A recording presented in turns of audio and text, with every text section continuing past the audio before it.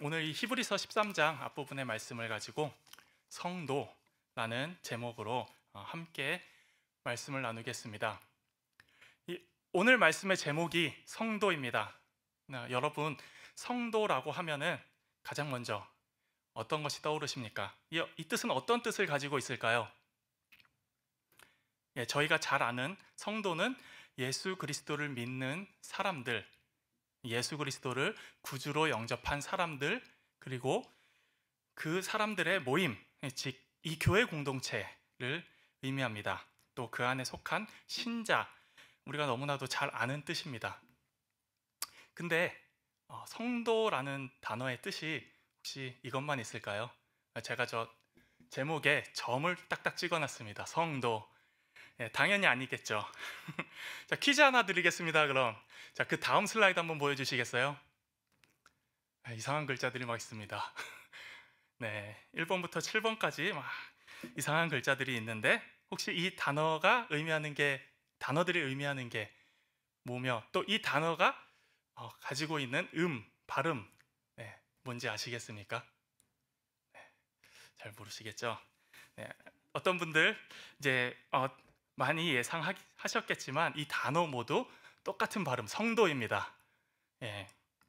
저도 성도라고 했을 때 제가 좀 전에 말씀드린 하나님을 믿는 신자들 그리고 그 사람들의 모임, 공동체, 이 교회라는 뜻 말고 뭐 한두 가지 정도 더 있겠지 하고 제가 인터넷에 한번 인터넷 사이트에 구글링을 해봤습니다. 인터넷 검색 사이트에 성도, 일반인이 생각하는 성도의 뜻이라고 검색해봤더니 기본적으로 이렇게 7가지가 나왔습니다. 저도 깜짝 놀랐습니다. 저의 무지함에. 자, 하나씩 그럼 뜻을 제가 설명해 드리도록 하겠습니다. 먼저 저 앞에 1번, 2번은 과학 분야입니다. 그리고 3번, 4번의 저 2가지는 지리 분야에서 사용하는 거고요. 5번, 6번 2가지의 뜻이 불교에서 사용된다고 합니다.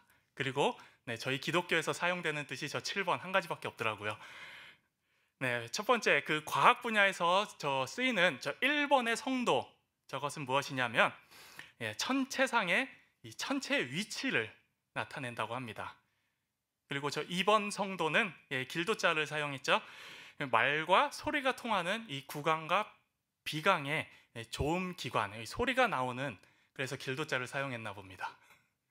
그리고 저 3, 4번 좀 전에 말씀드렸듯이 저 3, 4번은 지리 분야에서 사용되는 뜻인데요. 저 3번 성도는 중화인민공화국, 한마디로 말해서 베트남 등에서 쓰이는 행정구역 성의 수도라는 뜻입니다. 좀 더 이해하기 쉽게 얘기하면 이 텍사스의 수도는 어스틴, 그럴 때 저 성도를 사용한다고 합니다. 그리고 저 4번째에 있는 성도는 중화인민공화국, 그 중화인민공화국 도로의 등급, 즉 길도자 사용해서 이 도로의 레벨을 나타내는 데 사용한다고 합니다. 자, 5번째, 불교에서 사용되는 성도입니다. 자, 똑같이 길도자를 사용해서 성인성의 길도자를 사용했습니다. 불교 그 자체, 성인이 되는 것, 그 길, 그것을 성도라고 한답니다. 그리고 6번째, 저것도 불교 분야에서 사용됩니다. 일울성의 길도자를 사용했습니다. 그래서 불교 그 자체를 완전히 이루는 것, 성취하는 것, 완전히 깨달음을 얻어서 불교, 부처 그 자체가 되는 것이라는 뜻이라고 합니다. 자, 그리고 마지막, 저희 기독교에서 우리가 사용하는 성도, 성인성의 저 도자가 무리도자입니다. 그래서 신자들을 달리 일컫는 말, 그 신자들의 무리, 모임, 그런 뜻이 저렇게 7가지의 성도의 뜻이 있습니다. 자, 이렇게 각기 다른 한자를 사용하지만 이제 우리나라 말로 표기하면 그대로 성도죠. 이 똑같은 발음을 하는 저 단어 7가지의 뜻을 가지고 있습니다. 저도 사실 좀 놀랐습니다. 설교 준비하면서. 우리는 대부분 당연히 우리 그리스도인, 이 교회에 모인 그리스도인의 모임 이라는 뜻만 알고 있었는데 세상 사람들은 그렇지 않다는 겁니다. 세상 사람들은 성도하면 또 다른 뜻을 생각할 수도 있습니다.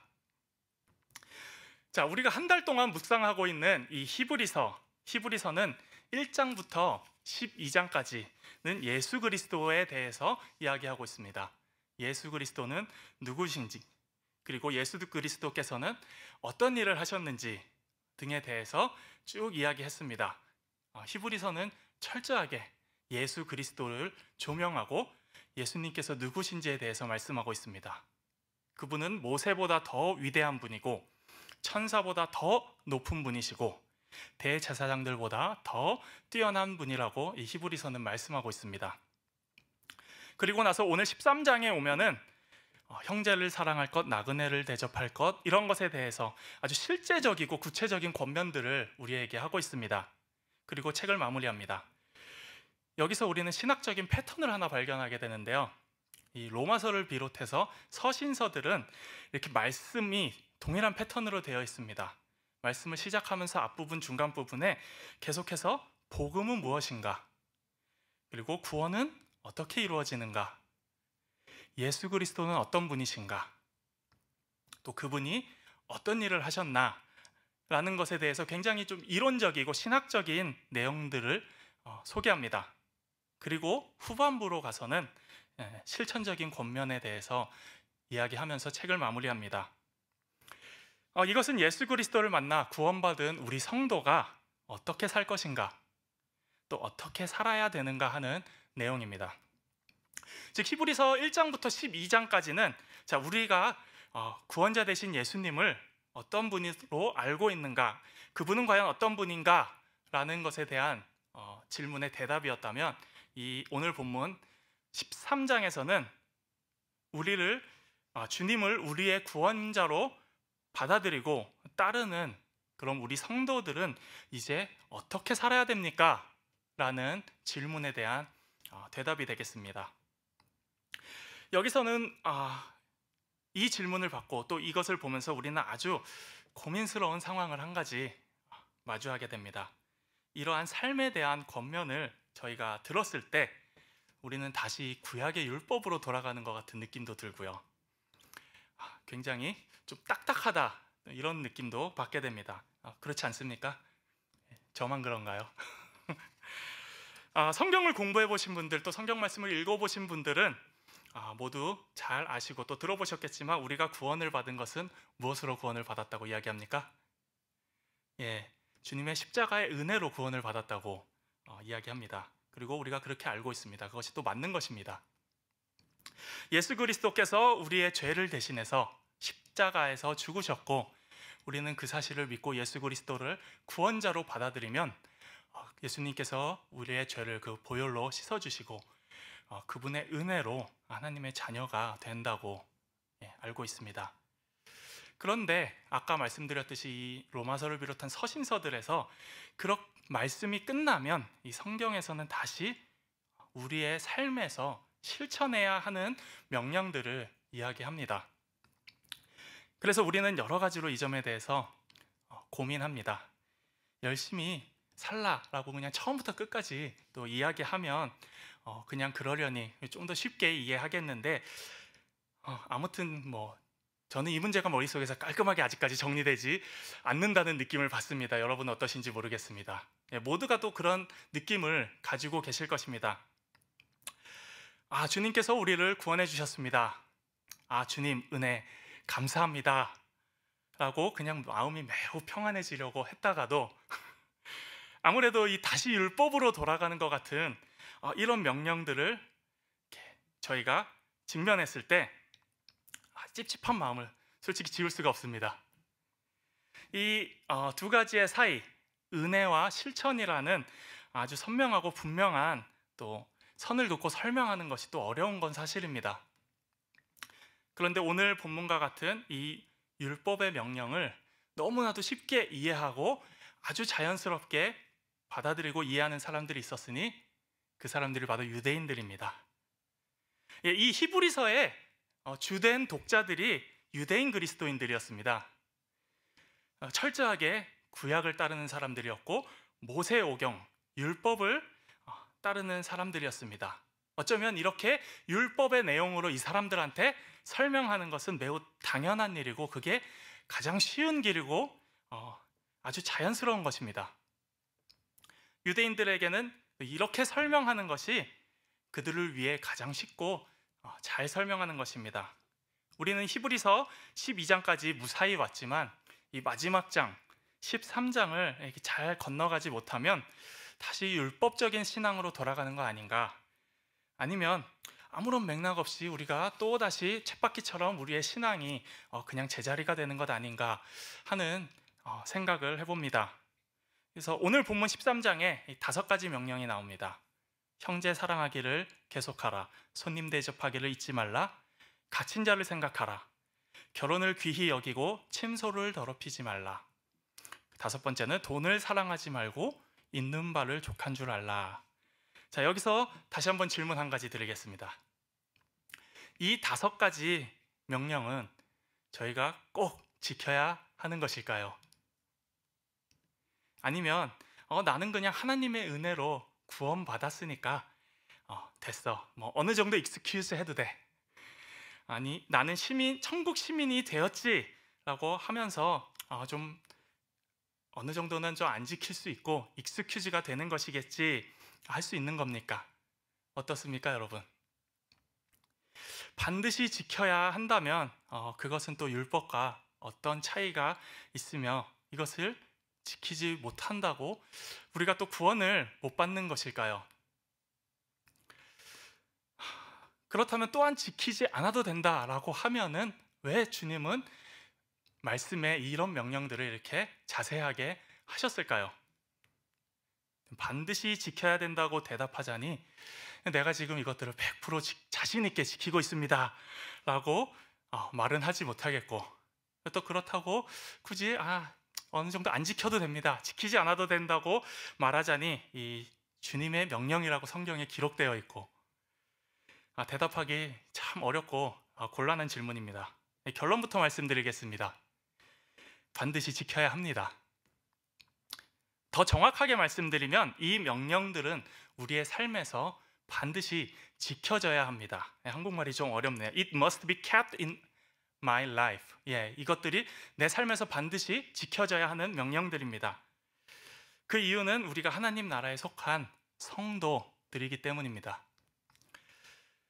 좀 더 쉽게 말씀드리겠습니다. 우리가 한국 시민으로서 또 미국 시민으로서 한국의 법을 지키고 이 미국의 법을 지키면서 살아가는 것은 굳이 누가 말하지 않아도 모두가 알고 있는 사실입니다. 우리가 살아가고 있는 이 미국 사회에서 이곳에 있는 미국이라는 공동체 안에서 이곳 법을 지키는 것은 당연합니다. 여러분의 삶의 터전, 사업체, 직장, 가정, 교회에서 다 정해진 룰이 있습니다. 그리고 이 룰을 지켜야 한다라고 하는 것에 누구도 딴지를 걸지 않습니다. 가령 아침에 스쿨존에서 우리가 50마일 이상으로 달렸다라고 해서 경찰에게 잡혔다고 한번 생각을 해보십시오. 티켓을 받고 벌금을 무는 것은 당연하죠. 이렇게 했다고 해서 경찰 아저씨 한 번만 봐주세요.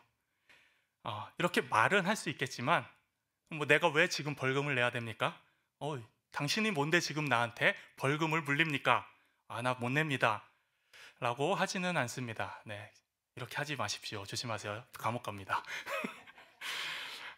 왜 그렇죠?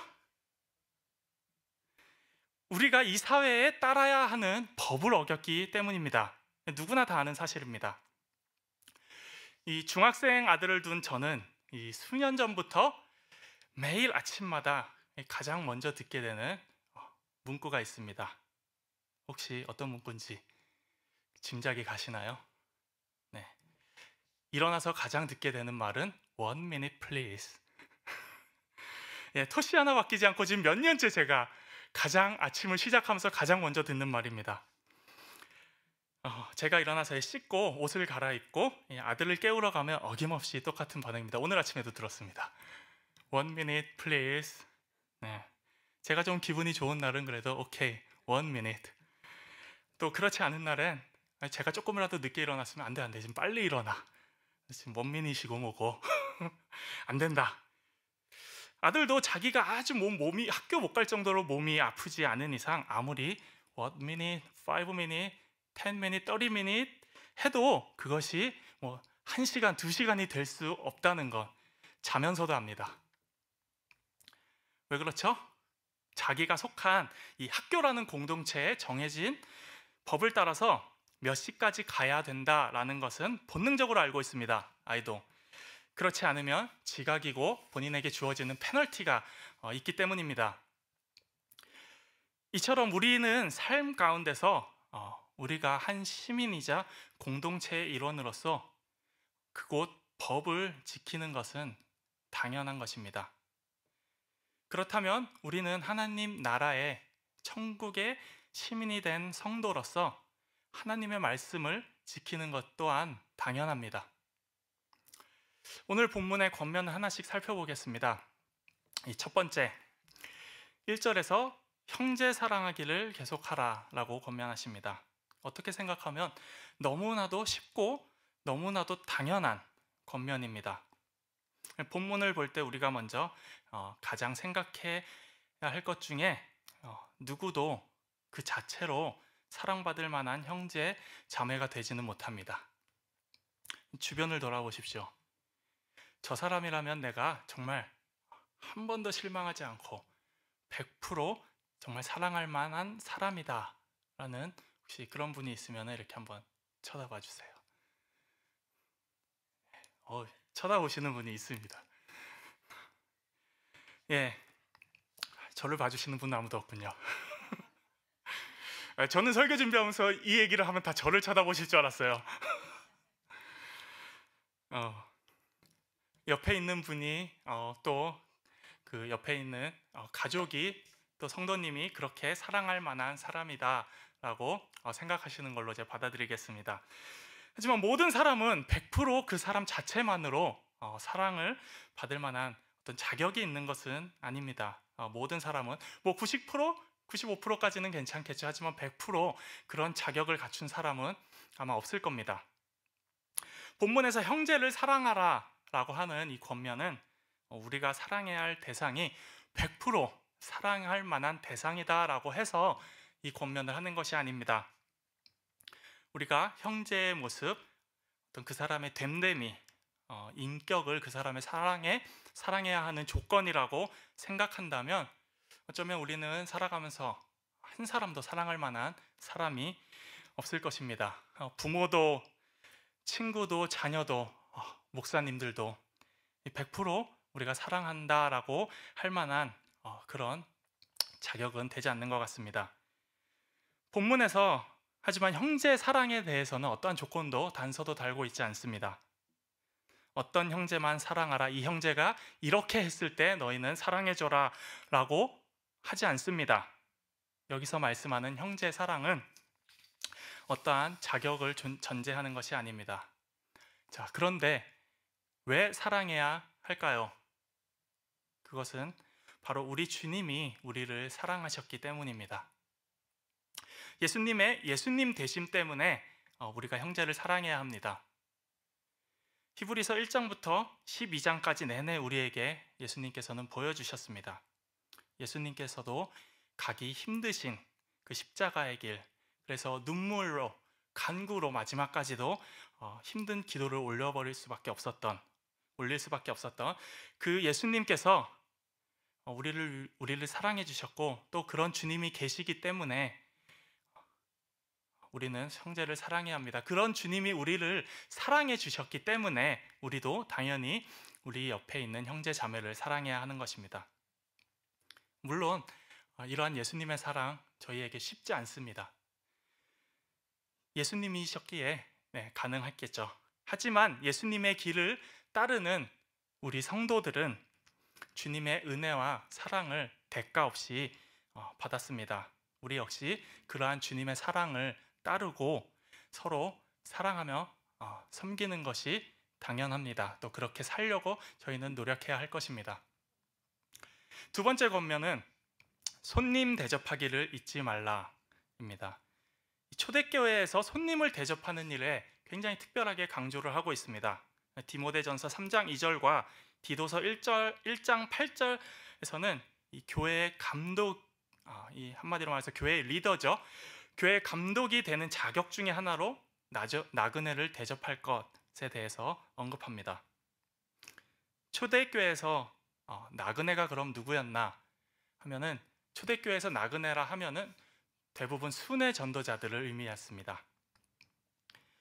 장사나 사업을 하는 사람들, 그래서 여러 지방을 돌아다녀야 되는 사람들은 본인들의 재정이 넉넉했기 때문에 주로 여관이나 그런 곳에서 머물렀지만, 당시 순회 전도자들은 손에 복음만 들고 갔기 때문에 여러 가지 이유로 이 여관에서는 좀 머물기가 힘들었습니다. 재정적인 부분도 그렇고요, 어떻게 보면 신변적인 부분도 그랬습니다.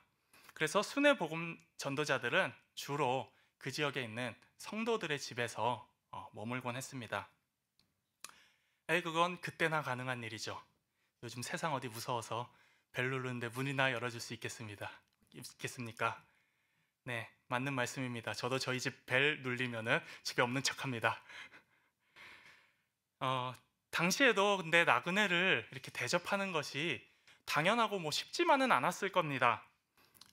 그 나그네를 섬기는 일에 대해서, 그 나그네에 대해서 부정적인 시각도 굉장히 많았습니다. 나그네들은 주로 복음 순회 전도자들이었지만 그들 중에는 간혹 가짜도 있었습니다. 네, 그래서 당시 이런 규칙들이 있었다고 합니다. 집에 찾아온 나그네들이 이틀까지 머무는 것은 허용하지만 그 이상, 사흘 이상 머무는 사람이 있다면 그 사람은 가짜 전도자다라는 가르침을 교회에서 가르쳤다고 합니다. 네, 복음 들고 바삐 가기도 지금 시간이 없는데 사흘 이상 그곳에서 계속 머무르면서 빈둥빈둥대고 있으면 그 사람들은 지금 복음의 이 긴박성을 인식하지 못하고 자기가 가진 것을 알지 못하기 때문에 그런 사람들은 가짜다라고 또 그렇게 가르쳤습니다. 하지만 이 본문에서는 그 당시에 가짜 전도자가 있었다, 어떤 사람이 가짜 전도자다라는 것에 대해서는 언급하지 않습니다. 왜냐하면 순회 전도자를 대접하는 것은 좀 아까도 이야기했듯이 전도자의 어떤 자격, 그 사람의 모습, 그 사람의 성품, 이런 것을 보고 저희가 섬기는 것이 아니라 하나님으로 받은 은혜와 하나님의 사랑을 베푸는 것이기 때문이었습니다. 성경에는, 오늘 본문에는 이렇게 나그네를 섬기다 부지 중에 하나님의 사자를 섬기는 사람도 있었다라고 이야기합니다. 여러 사람이 있었죠. 저희가 잘 아는 아브라함 같은 하나님의 사자를 섬기게 되는 또 그런 예들도 있었습니다. 하나님께서는 우리에게 이러한 나그네의 모습으로 다가오셔서 우리의 삶을 축복해 주시고 우리와 또 가까이 있기를 원하십니다. 늘 받은 은혜를 저희가 기억하고 마음속에 품고 그것으로 끝나는 것이 아니라 이 받은 은혜를 또 풍성하게 나눌 수 있는 축복의 통로가 되시는 여러분들 되시기를 축원합니다. 세 번째는 갇힌 자를 생각하라라고 말씀하고 있습니다. 이 3절 말씀, 너희도 함께 갇힌 것 같이 갇힌 자를 생각하고 너희도 몸을 가졌은즉 학대받는 자를 생각하라. 이 말씀을 공동번역 성경은 이렇게 번역했습니다. 감옥에 갇혀 있는 사람들이 있으면 여러분도 함께 갇혀 있는 심정으로 그들을 기억하십시오. 학대받는 사람들이 있으면 여러분도 같은 학대를 받고 있는 심정으로 그들을 기억하십시오. 이 당시 말씀을 보면 이 당시에 당시 복음을 전하다가 감옥에 갇힌 사람들도 적지 않았다는 겁니다. 복음을 전하는 것이 그렇게 쉬운 일은 아니었습니다. 감옥에 갇히기도 하고요, 사람들한테 돌을 맞기도 하고요, 굉장히 또 괴롭힘을 당하기도 하고, 이런 상황이었던 것을 저희는 추측해 볼 수 있습니다. 이런 복음 전도자들에 대해서 우리는 모른 척 지나갈 것이 아니라 이렇게 갇힌 사람, 감옥에 갇힌 하나님의 사람들, 또 복음을 전하다가 어려움을 당하고 있는 사람들을 함께 살피고 그들과 동일한 마음으로 내가 지금 저 상황이었으면 하는 마음으로 섬기라고 우리 성경에서는 말씀하고 있습니다. 주님은 친히 우리를 위해서 고난을 받으셨습니다. 우리의 연약함을 친히 채울하신 분이십니다. 우리의 연약함이 어떤 것인 줄 알고 우리가 겪는 고통이 어떤 것인 줄 알고 그것보다 더한 고통을 겪으신 분, 바로 예수 그리스도입니다. 그래서 그분은 우리에게 이렇게 말씀하실 수 있습니다. 감옥에 갇혀 있는 사람들이 있으면 그들과 같이 감옥에 있는 것 같이 마음을 살피고 그들을 기억하십시오. 그렇게 그들을 섬기십시오. 라고 말씀합니다. 고린도전서 12장 26절 말씀에 이렇게 말씀하고 있습니다. 만일 한 지체가 고통을 받으면 모든 지체가 함께 고통을 받고 한 지체가 영광을 얻으면 모든 지체가 함께 즐거워하느니라. 다른 사람의 입장에 자신을 놓고 그 사람과 함께 마음을 할 수 있다는 것, 그런 사람은 매우 성숙한 성도입니다. 이것이 바로 예수님께서 우리를 향한 마음이십니다. 다시 한번 원론적인 말씀을 드리겠습니다. 우리가 이렇게 살아야 할 이유가 어디 있습니까? 그것은 주님께서 그렇게 사셨고 그런 삶이 곧 주님을 따르는 예수님의 백성, 성도에게 합당한 삶이기 때문입니다. 네 번째는 결혼을 귀히 여기라 라는 말씀입니다. 하나님께서 이 세상을 만드실 때 가장 첫 번째로 만드신 공동체가 바로 가정입니다. 주님, 우리는 무엇을 해야 합니까?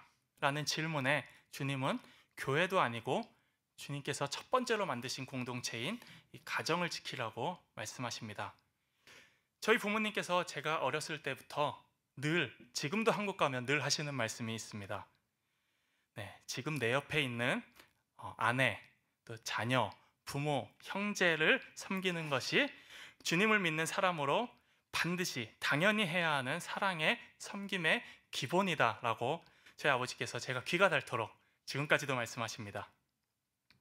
살과 피를 나눈 이 나의 가장 가까운 내 삶의 첫 번째 공동체인 이 가정을 사랑하고 섬기지 못한다면 그 다음 공동체인 교회로, 학교로, 친구들에게로 어떻게 나아갈 수 있으며 그 사람들을 어떻게 또 마음을 다해 섬길 수 있다라고 이야기하겠냐라고 저희 아버지께서 저에게 늘 말씀하십니다.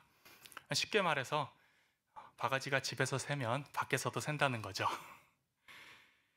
주님께서 태초부터 우리에게 친히 맺어주신 공동체, 이 가정, 그리고 주님 안에 한 형제 자매로 맺어진 이 교회 공동체를 우리는 귀하게 여기고 지키는 것이 성도로서 당연히 가져야 하는 책임이자 의무입니다. 마지막 다섯 번째 권면입니다. 그것은 돈을 사랑하지 말라입니다. 5절 말씀에 돈을 사랑치 말고 있는 바를 족한 줄로 알라.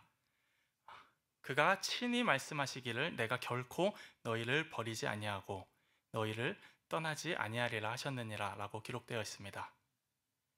히브리서 저자는 이 앞선 4절까지는 우리가 해야 할 것, 우리가 사랑해야 할 대상에 대해서 계속해서 이야기하고 있습니다. 형제를 사랑하고 손님을 대접하고 그들에게 마음을 최선을 다하고 약한 자와 함께하고 가정을 귀하게 여기라, 너희들은 이렇게 하라 라고 말씀하셨습니다. 그런데 이 5절에서는 우리가 하지 말아야 할 것 한 가지를 말씀해 주고 계십니다. 그것이 바로 돈에 대한 사랑입니다. 많은 사람들이, 또 저를 비롯해서 많은 사람들이 이 본문 때문에 또 돈에 대한 오해를 가지게 됩니다. 돈 자체는 나쁜 것이다 라는 오해를 가지기도 하는데, 그래서 우리가 잘 사는 사람들, 또 부자들을 보면서 찝찝한데 라는 생각도 갖고 있지만 돈 자체는 나쁜 것이 아닙니다. 돈은 가치 중립적입니다. 이 칼이 의사의 손에 있으면 사람을 살리는 도구가 되지만 그것이 강도의 손에 쥐어지면 또 사람을 죽이는 도구가 되는 것처럼 이 사용하는 목적과 의도, 그리고 우리가 그것에 어떤 마음을 가지냐에 따라서 달라지는 이 가치 중립적인 것입니다. 돈도 마찬가지입니다. 저희에게 허락하셨으면 그것을 우리가 어떤 마음으로 가지고 있고 또 어떻게 주님을 위해 써야 하는가, 이런 마음에 따라서 우리의 가치가, 돈에 대한 가치가 달라지는 것입니다. 성경이 돈을 나쁘다고 한 적은 한 번도 없습니다. 처음부터 끝까지 성경을 찾아보십시오. 돈이 나쁘다라고 이야기한 구절은 없습니다. 항상 경고하는 것은 우리 마음이 돈에 뺏기고 우리가 돈을 사랑하는 것, 그것에 대해서 이야기하고 있습니다. 히브리서 저자는 우리의 마음이 돈에 뺏기지 않고 우리가 가진 것에 감사하며 만족할 수 있기를 권면하고 있습니다. 이것은 단지 히브리서 기자의 권면만은 아닙니다. 마태복음 6장 24절과 누가복음 16장 13절에서는 하나님과 재물을 겸하여 섬길 수 없다 이렇게 말씀하고 있고요. 누가복음 12장 15절에서는 사람의 생명이 그 소유에 넉넉한 데 있지 않다라고 말씀합니다. 그리고 디모데전서 6장 6절에서 8절까지 말씀에서는 자족하는 마음이 있으면 경건에 큰 이익이 된다라고 말씀하고 있고요. 6장 10절에서는 돈을 사랑하는 것은 경건을 해칠 뿐만 아니라 일만하게 뿌리가 된다라고 말씀했습니다. 여기서도 분명히 얘기하고 있죠. 돈이 나쁘다. 돈은 경건을 해친다가 아니라 돈을 사랑하는 것은 경건을 해친다라고 분명히 말씀하고 있습니다. 빌립보서 4장 11절에서는 사도 바울이 나는 하나님께로부터 자족하는 비결을 배웠다라고 말씀합니다. 이렇게 성경은 여러 번에 걸쳐서 우리가 가진 것에 만족할 수 있도록 권면합니다. 사실 우리 인간이 돈의 마음을 뺏기는 이유가 어디 있습니까? 미래에 대한 불안 때문입니다. 이 돈이 있으면 그래도 내가 미래에 닥칠 어떤 어려움, 그 다음에 이 불안정한 이것들을 없앨 수 있기 때문에 우리가 돈에 대해 마음을 갖는 것입니다. 마음을 쏟는 것입니다. 내 삶에 일어나는 대부분의 문제들, 우리 삶에 일어나는 대부분의 문제들은 오늘날 우리 삶에서 대부분 돈으로 해결 가능합니다. 네. 그것 때문에 우리가 돈으로 모든 것을 해결할 수 있다라는 것 때문에 우리가 돈이 있으면 마음이 조금 더 불안해서 벗어날 수 있고, 그것이 오늘날 현실입니다. 그러나 히브리서 기자는 돈에 의지하지 말고 하나님을 의지하라라고 말씀하고 있습니다. 하나님께서 우리에게 친히 약속하셨습니다. 내가 결코 너를 떠나지 않겠다. 내가 결코 너를 잊지 않겠다. 이 약속의 말씀이 우리에게 주어졌기 때문에 저자는 우리가 돈을 사랑하지 말라, 그리고 주님을 의지해라 라고 자신 있게 이야기하고 있습니다. 주님보다 앞선 그 어떤 것에도 우리의 마음을 빼앗겨서는 안 됩니다.